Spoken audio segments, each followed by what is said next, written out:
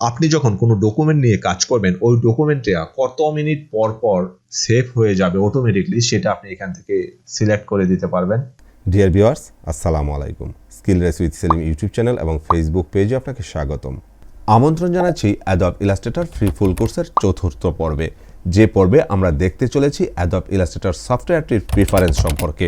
এছাড়া আপনি যখন অ্যাডব ইলাস্ট্রেটরের কাজ করতে যাবেন তখন এর শর্টকাটগুলোকেও নিজের মতো করে কাস্টমাইজ করে নিতে হবে খুব দ্রুত গতিতে কাজ করার জন্য। আর এই ব্যাপারগুলোই থাকছে আজকের টিউটোরিয়ালে। Skill rise to build your skill. এই প্রিফারেন্সটা পাবেন আপনারা হচ্ছে এখানে যে মেনু বার আছে, এই মেনু বারের এডিট মেনুতে যাওয়ার পরে এই প্রিফারেন্স অপশনটা পাবেন। প্রিফারেন্সের শর্টকাট কি হচ্ছে কন্ট্রোল কে। আপনারা যদি কিবোর্ডের কন্ট্রোল কে প্রেস করেন তাহলে ওই প্রিফারেন্সের যে অপশনটা আছে এই পপ আপ মেনুটা এখানে দেখাবে। তো এখানে জেনারেল যা আছে তাই থাকুক, এখানে চেঞ্জ করার কিছু দরকার নেই। সিলেকশন এবং অ্যানকর ডিসপ্লেতে আপনারা হচ্ছে এখানে টলারেন্সটা আপনাদের মতো নির্দিষ্ট করে দিতে পারবেন।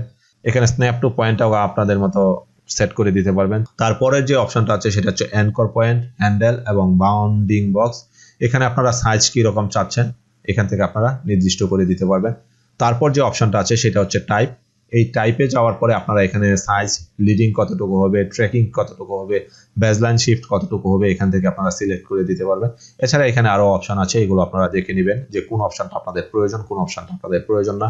ইউনিট, এখানে হচ্ছে আপনারা যে রুলারটা ব্যবহার করবেন এই রুলারের ইউনিটটা কি পিক্সেল আকারে হবে না পয়েন্ট আকারে হবে, এখানে আরো কিছু অপশন আছে। কোন আকারে চান আপনারা এখান থেকে সিলেক্ট করে দিতে পারবেন। স্ট্রোকটা আপনারা কোন ইউনিটে চান সেটা এখান থেকে সিলেক্ট করে দিতে পারবেন। টাইপটা আপনারা কোন ইউনিটে চান সেটাও আপনারা এখান থেকে সিলেক্ট করে দিতে পারবেন।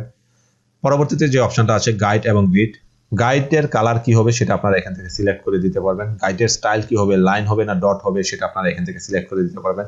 যেমন এখানে অনেকগুলো কালার আছে, এখান থেকেও কালার সিলেক্ট করতে পারবেন, অথবা কাস্টম কালার যদি চান তাহলে এই কালার অপশনে ক্লিক করার পরে এখানে কালার পিকার আসবে, এখান থেকে আপনারা নির্দিষ্ট কালার সিলেক্ট করে ওকে প্রেস করে দিলে ওই কালার হয়ে যাবে। যেমন আমি যদি রেড সিলেক্ট করি, রেড সিলেক্ট করার পর আমি এখান থেকে হচ্ছে ওকে প্রেস করলে এটা রেড হয়ে যাবে। গ্রিডের কালার কি চান সেটা আপনারা এখান থেকে সিলেক্ট করে দিতে পারবেন। গ্রিডের স্টাইল কি রকম চান সেটা আপনারা এখান থেকে সিলেক্ট করে দিতে পারবেন। তো এগুলো আপনারা হচ্ছে আপনাদের প্রয়োজন অনুসারে এডিট করে নেবেন। তারপরে যে অপশনটা আছে স্মার্ট গাইড, এই স্মার্ট গাইডের কালারটা আপনারা কি রকম চাচ্ছেন, অ্যালাইনমেন্ট কি রকম চাচ্ছেন, অবজেক্ট হাইলাইট কি রকম চাচ্ছেন এটা আপনারা এখান থেকে সিলেক্ট করে দিতে পারবেন। তারপরে আছে স্লাইসের কালারটাও আপনারা এখান থেকে সিলেক্ট করে দিতে পারবেন। তারপরে যে অপশনটা বেশি প্রয়োজন সেটা হচ্ছে প্লাগ ইন এবং স্ক্র্যাচ ডিস্ক। আপনারা এই স্ক্র্যাচ ডিস্কটা কোথায় সিলেক্ট করে দিতে চান সেটা এখান থেকে সিলেক্ট করে দিতে পারবেন। প্রাইমারি লেভেলে আপনারা কোথায় চাচ্ছেন, কোন ড্রাইভ চাচ্ছেন সেই ড্রাইভটা এখান থেকে সিলেক্ট করে দিতে পারবেন। আপনার সেকেন্ডারি ভাবে কোন ড্রাইভটাকে সিলেক্ট করে দিতে চান সেটা এখান থেকে সিলেক্ট করে দিতে পারবেন।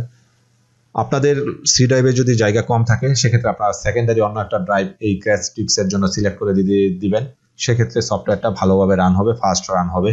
তার পরবর্তী যে অপশনটা আছে সেটা হচ্ছে ইউজার ইন্টারফেস। এই ইউজার ইন্টারফেসে কিছু কাজ আছে, যেমন আপনি এই ইন্টারফেসটাকে কোন কালারে দেখতে চান সেটা আপনি এখান থেকে সিলেক্ট করে দিতে পারবেন। মানে এই ইন্টারফেসের ব্রাইটনেসটা আপনি এখান থেকে নিয়ন্ত্রণ করতে পারবেন। যেমন এখানে এখন গ্রেটা সিলেক্ট করা আছে, মিডিয়াম ডার্ক।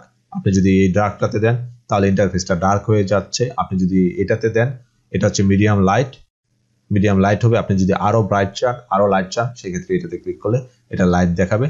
আমি সাধারণত এই মিডিয়াম ডার্ক মোডে রেখেই কাজ করি। তার পরবর্তী যে অপশনটা আছে সেটা হচ্ছে পারফরমেন্সটা একটা গুরুত্বপূর্ণ ব্যাপার। এই পারফরমেন্সে আসার পরে আপনি এখানে একটা অপশন পাবেন সেটা হচ্ছে আন্ডু কাউন্ট। আপনি ডকুমেন্টে কাজ করার পরে এই ডকুমেন্টটাকে কতটুকু পরিমাণ আন্ডু করতে চান বা কতটুকু পরিমাণ রিডু করতে চান সেই মানটা কিন্তু আপনি এখান থেকে সিলেক্ট করে দিতে পারবেন।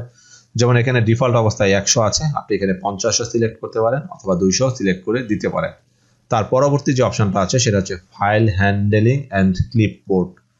এখানে কিছু অপশন আছে সেটা হচ্ছে খুবই গুরুত্বপূর্ণ। যেমন প্রথম যে অপশনটা দেখা যাচ্ছে automatically save recovery data every 2 minute.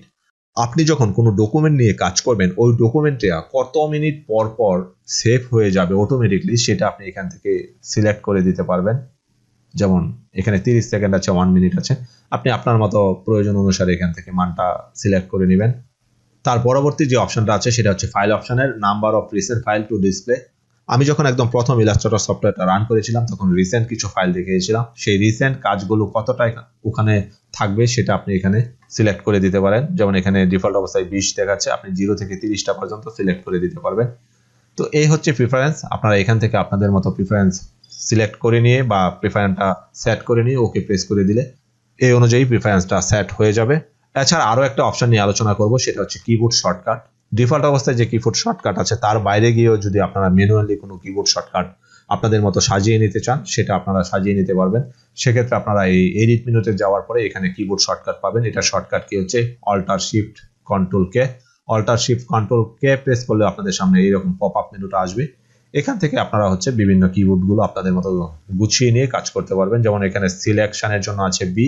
আপনি যদি অন্য বটন বা কি চান সেক্ষেত্রে আপনারা এটাতে ক্লিক করার পরে এখানে আপনারা যে কিটা চান সেটা প্রেস করবেন। প্রেস করার পরে আপনারা এখান থেকে নামটা দিয়ে দিবেন।